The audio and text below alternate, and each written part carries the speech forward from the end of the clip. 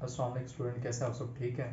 तो आज हमारा जो टॉपिक है वो मेंस्ट्रुअल साइकिल का है। इसमें काफ़ी सारे एमसीक्यूज बनते हैं। मेरा तो ख्याल ये है ज़ाती कि इस अगर रिप्रोडक्टिव साइकिल से वो एमसीक्यूज बनाएगा, या तो इस साइकिल से बनाएगा या फिर वो मेल रिप्रोडक्टिव सिस्टम से बनाता है। और 2021 के पीएमसी का जो यूनिट टेस्ट गुजरा है उसके अंदर बेशुमार एमसीक्यूज थे। वो हम डिस्कस करेंगे अभी इसके बाद। तो आइए इसको हम स्टार्ट लेते हैं। देखिए, इसमें जो है ना दो चीज़ें हैं। ये बड़ा यूनिक है, बड़ा बेहतरीन अंदाज से है। इसको अगर आप स्टेप बाय स्टेप लेके चलेंगे तभी आपको समझ आएगा, अदरवाइज आपको समझ नहीं आएगा। और इसको अगर हम डिवाइड कर दें ये हमने इसको डिवाइड कर दिया। जो हमारी बुक्स है, यानी जो एफ का लेवल है, एफ का लेवल यहाँ से स्टार्ट होता है। वो इतना कहता है कि हमारे पास एक प्रोलिफरेटिव फेज होता है, एक जनाब सिक्रेटरी फेज है, और एक मेंस्ट्रुअल साइकिल होता है, यानी ये वाला फेज होता है। और वो कहता है इसको ये पहला है, ये वाला दूसरा है, और ये तीसरा है, यानी पहला, दूसरा, तीसरा। वो इन तीनों को मानता है और वो इसी को ही लेके चलता है जिसको वो साइकिल बोल रहा होता है। लेकिन ऐसा होता नहीं है। दर हकीकत ये यहाँ से स्टार्ट होती है बात। अब असल में वो इनको क्यों कह रहे हैं? क्योंकि अब हमने क्या करना है, ओव्यूलेशन तो हो चुकी, जो हमने कल एक प्रोसेस पढ़ा था। आगे तो ये मेंस्ट्रुअल ही स्टार्ट होनी है ना, सारी मेंसेस स्टार्ट होनी है, ब्लीडिंग वगैरह होनी है।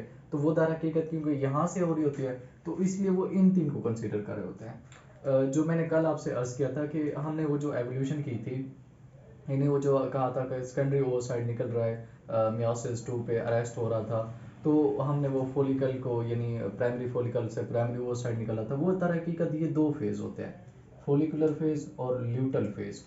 तो ये यानी जाके बनते हैं 6 फेज हमारे पास। और 6 फेज कैसे बनते हैं? एक फोलिकुलर फेज होता है, एक जो है वो ल्यूटरी फेज होता है, ल्यूटल फेज है, 3 ये हो गए, और 3 ये होता है प्रोलिफरेटिव, और जो है सिक्रेटरी फेज होता है, और ये हमारे पास मेंस्ट्रुअल साइकिल होता है, यानी ये वाला जो मेंस्ट्रुअल फेज होता है। तो ये दर हकीकत हमारे पास 6 फेज होते हैं। लेकिन इन 6 को हमने कंसीडर नहीं करना। हमने कंसीडर किनको करना है? सिर्फ 4 को। और वो 4 क्या होते हैं? देखा, हम जब हम स्टार्ट लेते हैं इसका, क्या है कि पूरा जो फीमेल की रिप्रोडक्टिव सिस्टम है उसके अंदर फिजिकल चेंजेस भी होती हैं, यानी उसमें हार्मोनल चेंजेस भी होती हैं। उसके दो इवेंट होते हैं, एक है ओवेरियन साइकिल का इवेंट और एक होता है यूटेराइन साइकिल का इवेंट। मतलब एक काम ओवरी के अंदर होता है और दूसरा काम यूट्रस में हो रहा होता है। और जो काम ओवरी के अंदर होता है उसके दो फेज हैं, वन इज फोलिकुलर फेज, या इसका दूसरा नाम होता है रिजेनरेटिव फेज। और जो इसमें दूसरा फेज होता है वो होता है ल्यूटल फेज। ये किस में हो रहे हैं? ओवरी के अंदर हो रहे हैं। ये तो ना बड़ा सिंपल है। इसमें मतलब है कोई लॉजिक? आप सिंपल कहेंगे कि ओवरी के अंदर दो फेज होते हैं, कौन से? एक फोलिकुलर फेज है, एक ल्यूटल फेज है। यूट्रस के अंदर दो फेज होते हैं, कौन से? प्रोलिफरेटिव फेज होता है, सिक्रेटरी फेज। अगर प्रेगनेंसी हो जाती है तो सिक्रेटरी फेज ही रहेगा, प्रेगनेंसी नहीं होती तो आगे मेंस्ट्रुअल फेज आ जाएगा। ये बड़ा ही सिंपल है, क्वाइट सिंपल, इसके अंदर कोई दो राय नहीं है। और मजे की बात ये है, जब ओवरी के अंदर ये फोलिकुलर फेज चल रहा होता है, सेम टाइम साइमल्टेनियसली यूट्रस के अंदर प्रोलिफरेटिव फेज चल रहा होता है। इस तरह से जब ओवरी के अंदर ये ल्यूटल फेज चल रहा होगा, यूट्रस के अंदर सिक्रेटरी फेज चल रहा होगा, ये दोनों यानी पैरेलल चल रहे होते हैं। हम स्टार्ट लेते हैं कल ही अपना, जो हमने जहाँ पे रोका था, जो है अब प्यूबर्टी के ऊपर, यानी एडोलिसेंस के ऊपर, क्योंकि वहीं पे ओव्यूलेशन होनी है ना। पहले हम ओवोजेनेसिस देखेंगे, तभी ओवोजेनेसिस एग की प्रोडक्शन होगी। अगर वो फर्टिलाइज नहीं होगा तो ये मेंस्ट्रुअल साइकिल स्टार्ट होगा। अगर वो फर्टिलाइज होता है तो मेंस्ट्रुअल साइकिल स्टार्ट ही नहीं होगा। तो एडोलिसेंस के ऊपर हमारे पास अब प्राइमरी फॉलिकल तो पड़ा हुआ है, यानी इसके अंदर प्राइमरी ओवरसाइड मौजूद है, और ये हमारे पास प्राइमरी फॉलिकल है। जैसे ही एडोलिसेंस आती है, यानी एट प्यूबर्टी, तो हमारे पास हाइपोथैलेमस से एक रिलीजिंग फैक्टर जाता है पिट्यूटरी ग्लैंड के पास। और पिट्यूटरी ग्लैंड में वो गोनाडोट्रोपिन हार्मोन के पास जाता है। और गोनाडोट्रोपिन हार्मोन जो है वो एक हार्मोन रिलीज करता है जिसे हम एफएसएच कहते हैं, यानी फोलिकल स्टिमुलेटिंग हार्मोन। अब ये जो फोलिकल स्टिमुलेटिंग हार्मोन है, यानी एफएसएच, ये एक्ट करता है प्राइमरी फोलिकल के ऊपर।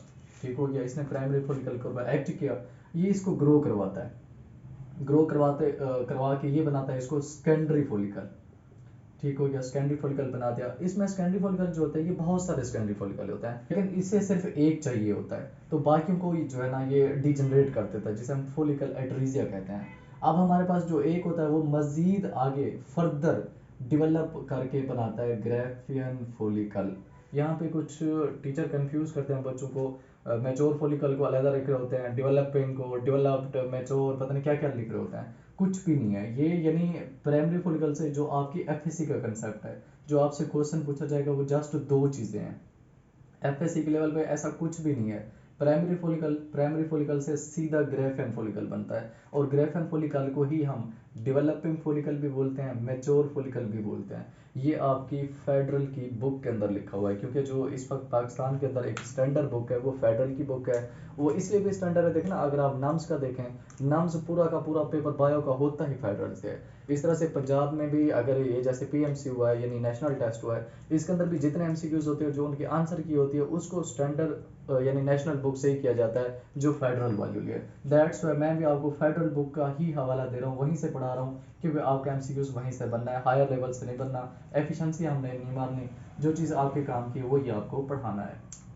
ठीक हो गया। अब देखो ये प्राइमरी फॉलिकल था, सेकेंडरी फॉलिकल बना, ये भी मैं आपको बता रहा हूँ सेकेंडरी फॉलिकल, आप इसको भूल जाए, कुछ भी नहीं बना। एफएसएच ने प्राइमरी फॉलिकल पर एक्ट किया, यहाँ से ये बन गया ग्रेफियन फॉलिकल, और ग्रेफियन फॉलिकल का ही दूसरा नाम है मैच्योर फॉलिकल या डेवलपिंग फॉलिकल।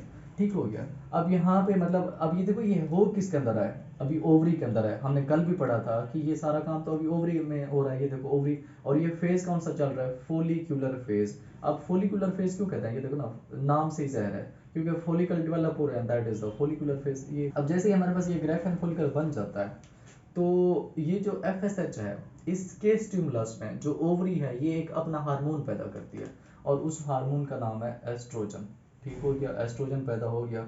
अब ये ओवरी हार्मोन एफएसएच जो है उसके स्टिमुलस में एस्ट्रोजन पैदा करते हैं। अब ये एस्ट्रोजन जो है यहाँ से ओवरी से निकलकर यूट्रस के पास चला जाता है। देखो ना साइमल्टेनियसली काम हो रहे हैं। जैसे ही इसने एफएसएच ने यहाँ पे एक्ट किया ओवरी के अंदर, यहाँ से ग्रेफेन फॉलिकल बना। ग्रेफेन फॉलिकल, ये आपसे ये भी पूछा जा सकता है कि सोर्स ऑफ एस्ट्रोजन इज, तो वो भी क्या होगा, ग्रेफेन फॉलिकल ही होगा, या मैच्योर फॉलिकल जो है वो सोर्स होगा एस्ट्रोजन। अब ओवरी ने एस्ट्रोजन पैदा किया, वही एस्ट्रोजन चला गया कहाँ पे, यूटेराइन साइकिल में। अब आप जाते हैं यूट्रस में। हमने एक फेज यानी यहाँ पे हम फॉलिकल को यहाँ पे बना रहे हैं यानी प्रोड्यूस कर रहे हैं, सेम टाइम हम यूट्रस में चले जाते हैं। अब ये यूट्रस में ये जो एस्ट्रोजन आ रहा है अब एस्ट्रोजन यहीं पे भी जो अब ये आगे चल रहा होता है ये एफएसएच को यहाँ पे इनहिबिट करके जाता है। यानी एफएसएच ने ओवरी को कहा कि आप एस्ट्रोजन पैदा करो, ओवरी एस्ट्रोजन पैदा करती है। एस्ट्रोजन पैदा करने के बाद ये यहीं पे एफएसएच को इनहिबिट करके आगे चला जाता है। आगे कहाँ पे ये मूव करेगा, यूटेराइन ट्यूब या फ्लोपियन ट्यूब से ये आ जाएगा यूट्रस में।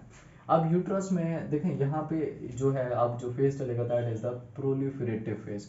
अच्छा, इसे हम प्रोलिफरेटिव फेज भी कहते हैं। इसमें सबसे पहले जो करना होता है ना, हमने कल भी देखा था जब हम एक यानी ये देखना अगर हमारे पास ये क्या है, ये है अपना यूट्रस, और इसका ये वाला जो हिस्सा है दैट इज द सर्वेक्स, यानी जो ओपनिंग होती है जहाँ से यानी स्पर्म एंटर होते हैं, दैट इज द सर्वेक्स।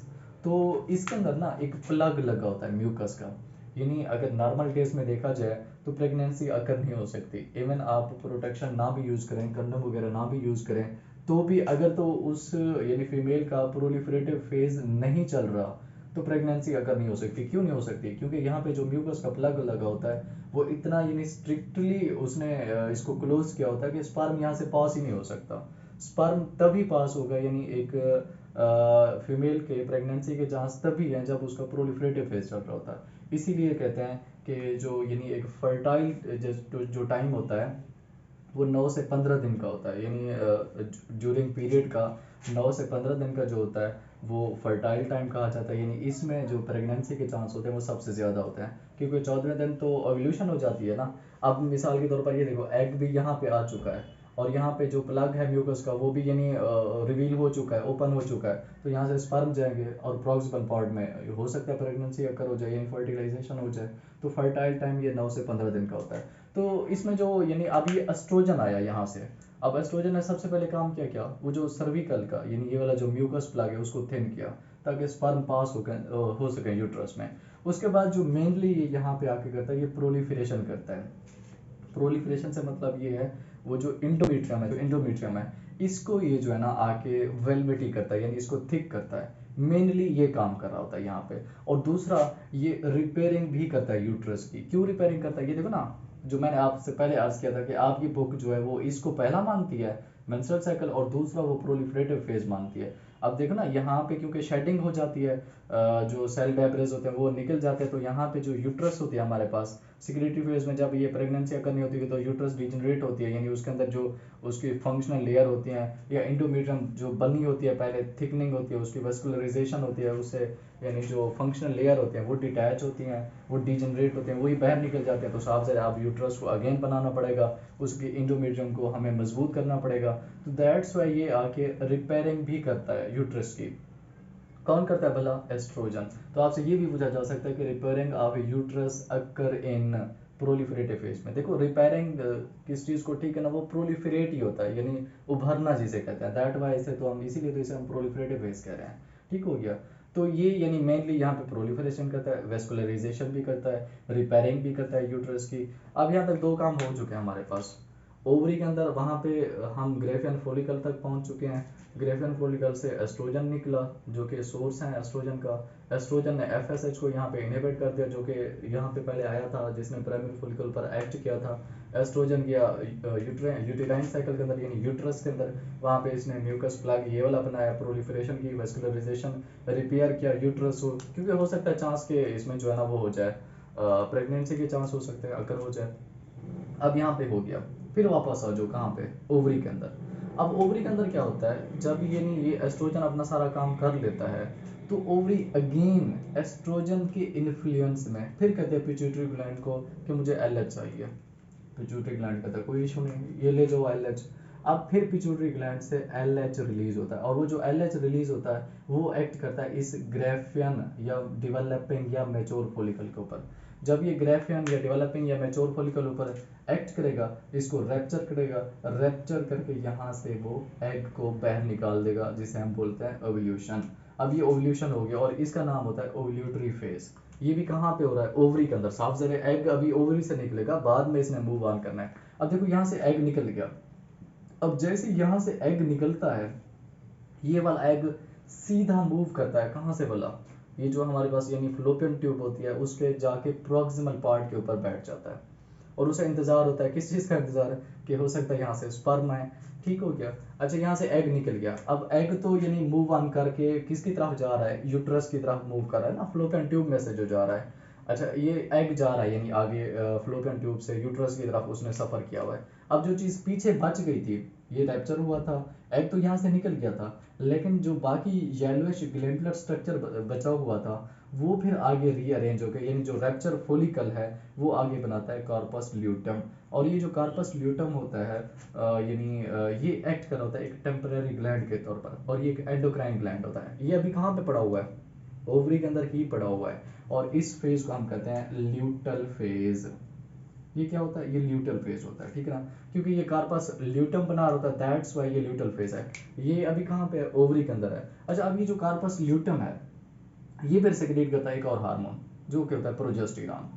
अब एग अभी जा रहा है बीच में से, वो यानी प्रोक्सिमल पार्ट में जाके ठहर जाएगा कि हो सकता है वहां पे फर्टिलाइजेशन के चांस हो। अब इस कार्पस ल्यूटियम से जो कि ओवरी के अंदर पड़ा हुआ है, यहाँ से निकलता है प्रोजेस्टेरॉन। कार्पस ल्यूटियम यानी जो सोर्स है वो प्रोजेस्टेरॉन का। अब ये प्रोजेस्टेरॉन फिर जाता है किसमें? यूट्रस में। पहले हमारे पास फोलिकल से यानी ग्रेफिन फोलिकल से एस्ट्रोजन निकला था, यूट्रस में गया था, उसने अपना काम किया था।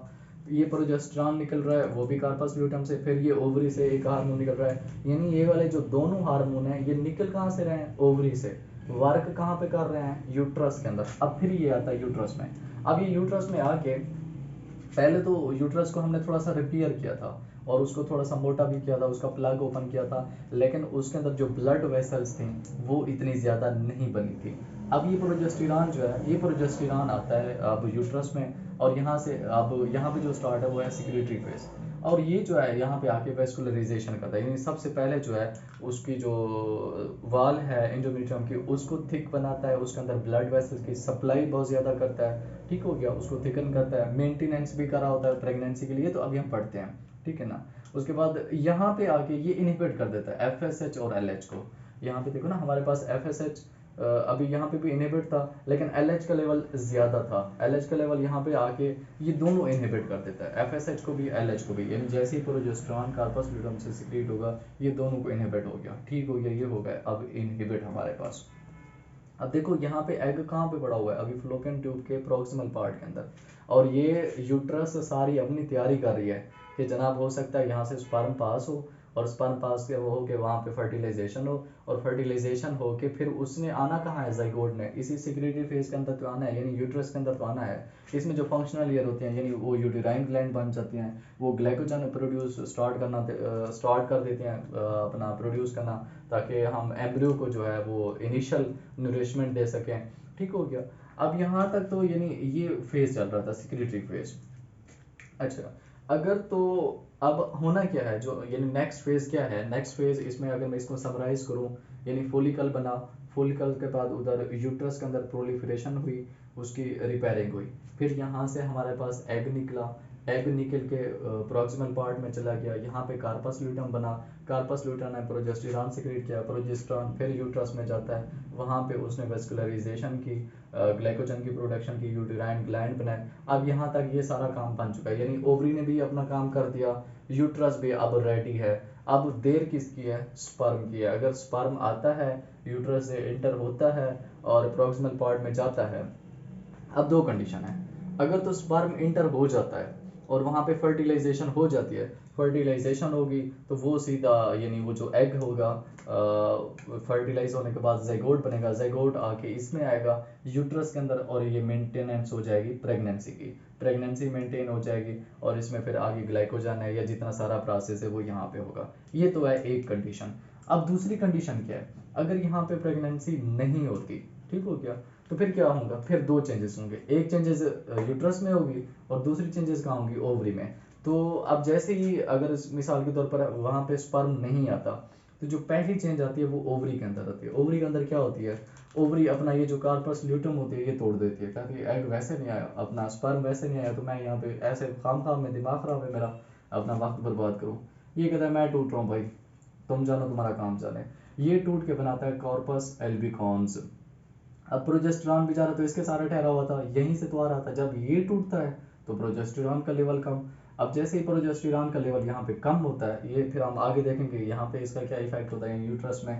तो इसमें फिर क्या होता है, प्रोजेस्टेरॉन का लेवल जैसे ही कम होता है, तो ये कार्पस ल्यूटम जो है ये सेल डेब्रेस बन जाता है, जो कि मेंसेस की सूरत में बाहर होते हैं। अब इन्होंने यहाँ से ओवरी से नहीं निकलना, आना कहाँ पे, फ्लो, ये फिर मेंस्ट्रुअल फ्लो की सूरत में, ये भी अगेन वही यानी फ्लोपियन ट्यूब के जरिए आना, तो यूट्रस से है क्योंकि जो रास्ता है वो तो यहीं से है, फिर ये वजीना से बाहर निकलते हैं। अब यहाँ पे यानी यूं समझो ओवरी के अंदर फिर ये जो कार्पस ल्यूटम था ये टूट गया, टूट के ये सेल डेब्रेस बना, सेल डेब्रेस बन के ये फ्लोपियन ट्यूब से ये आता है यूट्रस में, और यहाँ पे भी प्रोजेस्टेरॉन का लेवल पहले से कम हो चुका है यूट्रस के अंदर, तो इसमें भी जो वेस्कुलराइजेशन हो चुकी होती है या जो थिकनिंग होती है इसकी, या ये जो यूटेराइन ग्लैंड बना होता है, फंक्शनल लेयर, ब्लड वेसल बहुत ज़्यादा बनी होती है, ये फिर जो डिपेस्ट पार्ट होता है यानी इंडोमीट्रियम का, वो फिर डिटैच होता है कहाँ से, यूट्रस से, वो फिर ब्लीडिंग की सूरत में बाहर निकलता है। अब ये ब्लीडिंग ये वाली भी होती है, और इधर से ये जो सेल डेब्रेस होती हैं यानी कार्पस ल्यूटम का सारा जो ये होता है कचरा, ये सारे बाहर निकलते हैं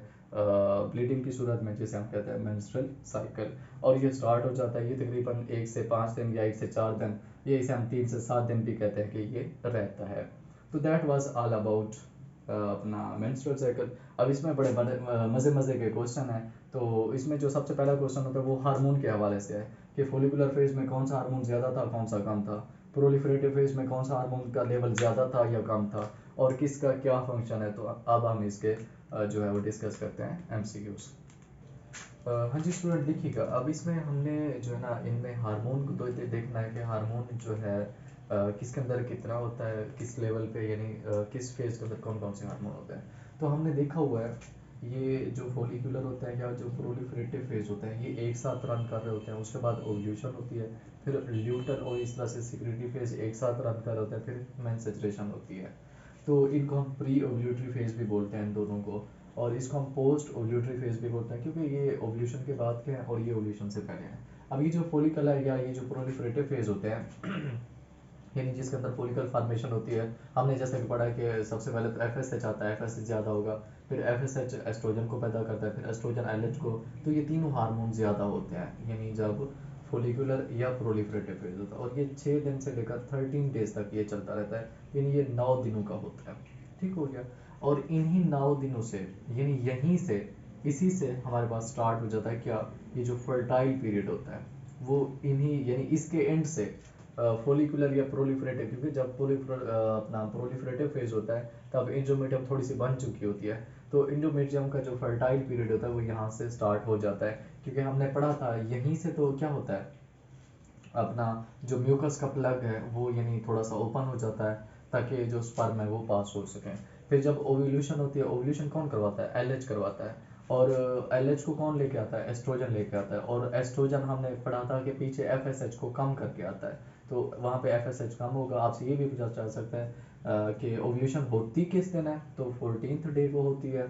और यहीं से एक सवाल भी होता है कि अगर टोटल डेज जो है एक साइकिल के वो 46 हैं तो ओव्यूलेशन किस दिन होगी, टोटल डेज अगर 40 हैं तो ओव्यूलेशन किस दिन होगी, जितने भी डेज गिवन हो वहां से आपने माइनस कर देना 14, तो वो होगा आपका डे ऑफ ओव्यूलेशन। ठीक हो गया। तो इस तरह से ये बड़ा अहम इंपॉर्टेंट क्वेश्चन होता है। तो इसकी आप ओव्यूलेशन क्या होगी, 26 डेज को इसकी ओव्यूलेशन होगी, मतलब एक फीमेल के अंदर उसका अगर 14 डेज का साइकिल चल रहा है तो जो उसका एग रिलीज होगा वो 26 डेज को होगा। इस तरह से अगर उसका 32 है तो माइनस कर दो 14, बस इतना आपने यानी जो भी दिन दिए वो उस साइकिल के टोटल दिन उसको माइनस कर देना 14 से, तो वो आपको डे ऑफ ओव्यूलेशन मिल जाएगा।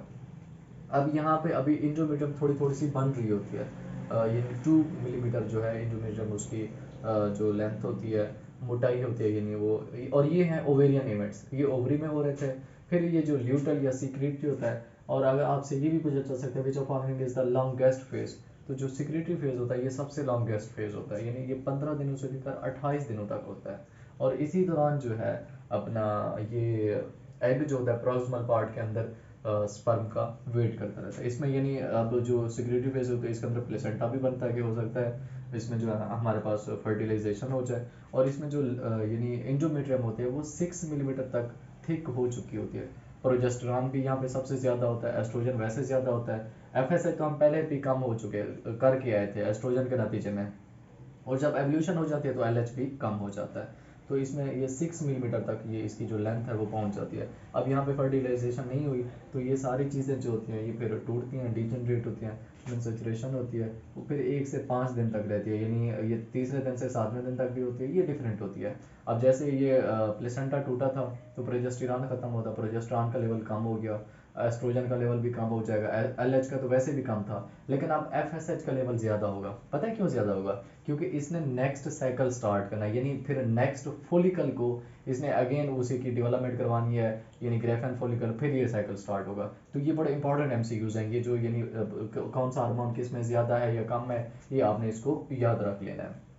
इसी का फिर ये जो आपसे ये भी एक सवाल पूछा जा सकता है कि ये जो सेल डेब्रिस होता है इसके अंदर क्या क्या चीज़ें होती हैं, इसके अंदर ब्लड कैपिलरीज होती हैं, लिम्फेटिक कैपिलरीज हैं, म्यूकस होता है, एग या जिसे हम सेकेंडरी ओसाइड भी कह सकते हैं या ओवम भी इसे कहते हैं, तो वो इस सेल डेब्रिस के अंदर यानी मौजूद होता है। फिर ये थोड़ा सा इसका खुलासा है कि अगर फर्टिलाइजेशन हो जाती है तो कार्पस ल्यूटम जो है मेंटेन रहता है, और ये 6 मंथ होते हैं प्रेगनेंसी के लिए, इन तब तक कार्पस ल्यूटम जो है वो मेंटेन रहता है। अब देखो कार्पस ल्यूटम क्यों मेंटेन रहता है, इसका क्या काम है, हालांकि ये कहाँ पे है, ये ओवरी के अंदर है, यूट्रस में नहीं है, और जो एम्ब्रियो है वो तो यूट्रस में है, ये इसलिए मेंटेन रहता है क्योंकि यहाँ से प्रोजेस्टेरॉन जा रहा होता है, और वो प्रोजेस्टेरॉन वहाँ पे यूट्रस को मेंटेन कर रहा होता है, तो वहाँ पे यानी प्रोजेस्टेरॉन भी होगा, और मेंस्ट्रुअल साइकिल स्टॉप हो जाता है प्रेगनेंसी के दौरान। और अगर फर्टिलाइजेशन अगर नहीं होती तो कार्पस ल्यूटम डिजनरेट हुआ, तब कार्पस ल्यूटम जो है वो बस 9 से 12 डेज ही रहता है, कब भला, ये जो सिक्योरिटी फेज के दौरान रहता है इसी में ही वो रह रहा होता है,